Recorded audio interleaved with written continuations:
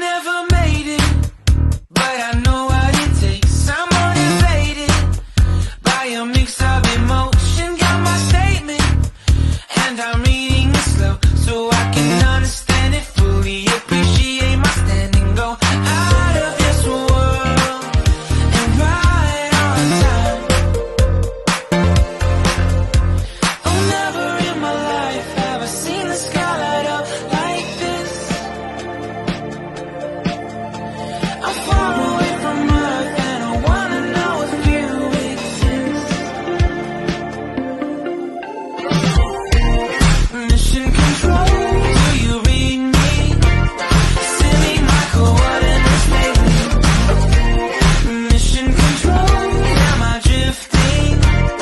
Tie me to someone who will love me, yeah. Wait, I think I'll last a bit longer, fine. Welcome everyone. Welcome everyone. Welcome everyone to another Ref Brandon and the Todd family YouTube video. Wherever you are, whatever you may be doing, thank you so much for making Ref Brandon and the Todd family a part of your day. We always greatly appreciate it. Coming up in 5 days from today, this Sunday, it will be the final wrestling match in the career of Steve Borden. Of course, he's better known as Sting.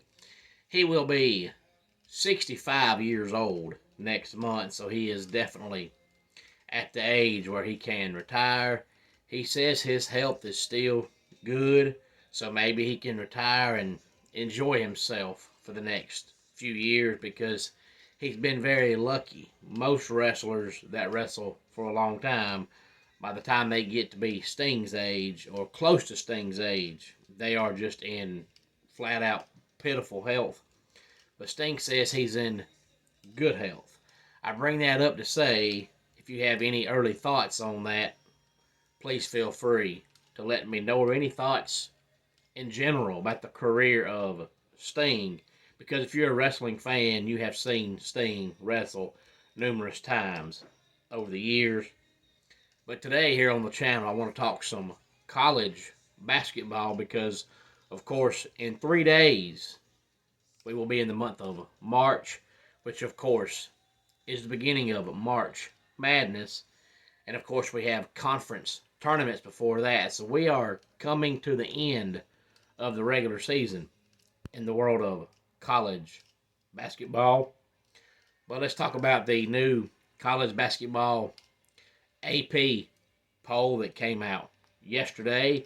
The number one team in America right now in college basketball is the Houston Cougars, followed by Purdue, UConn, Tennessee, and Marquette. And then we have Arizona at number 6, Kansas number 7.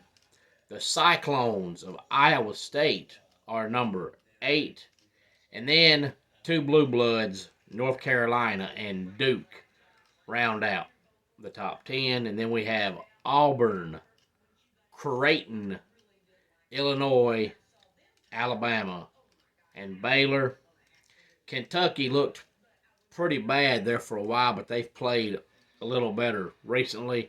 They're number 16 now, followed by St. Mary's, South Carolina, the Cougars of Washington State, and San Diego State rounds out the top 20.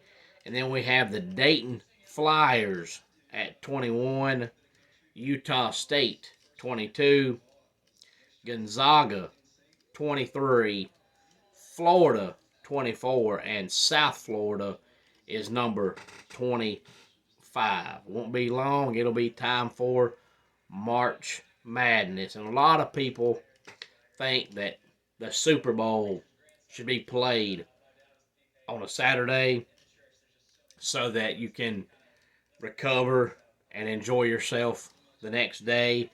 Of course, that's for all the drinkers. I don't drink, so I don't know about that at all. But a lot of folks think it should be played on a Saturday.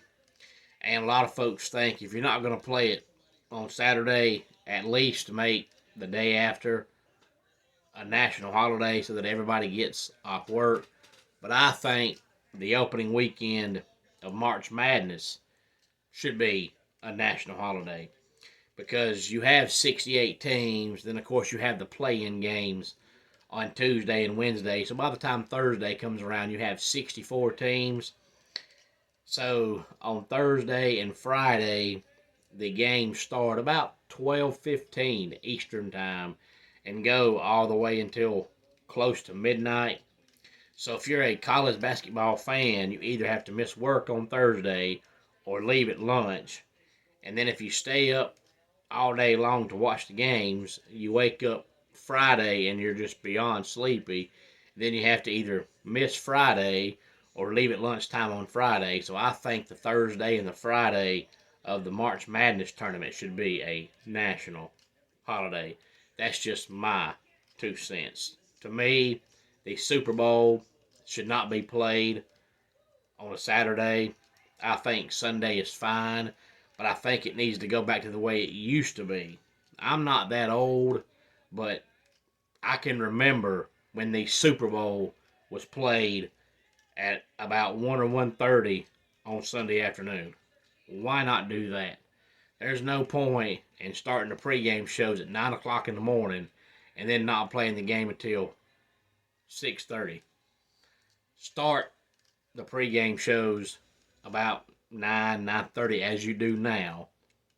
Let whoever's going to sing at halftime not sing at halftime and do a concert at noon when everybody's already watching anyway and everybody at the stadium's already there anyway.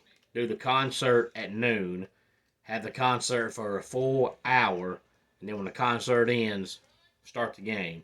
If the game starts at 1:15 or 1:20, it's over by 4:30. It's like a regular Sunday during the football season. That's just my 2 cents. Any thoughts on any of this, please feel free to let me know. Let's go ahead and get our dad joke of the day in here. I had to replace a window. It was such a pain in the glass. Not trying to be silly, but I shudder to think of doing it again. And that does it for today's Ref Brandon and the Todd Family YouTube video. Until next time, it's Ref Brandon saying, just like in pro wrestling, life can be over by the count of 3. Tell your friends and family how much you love them. Bye.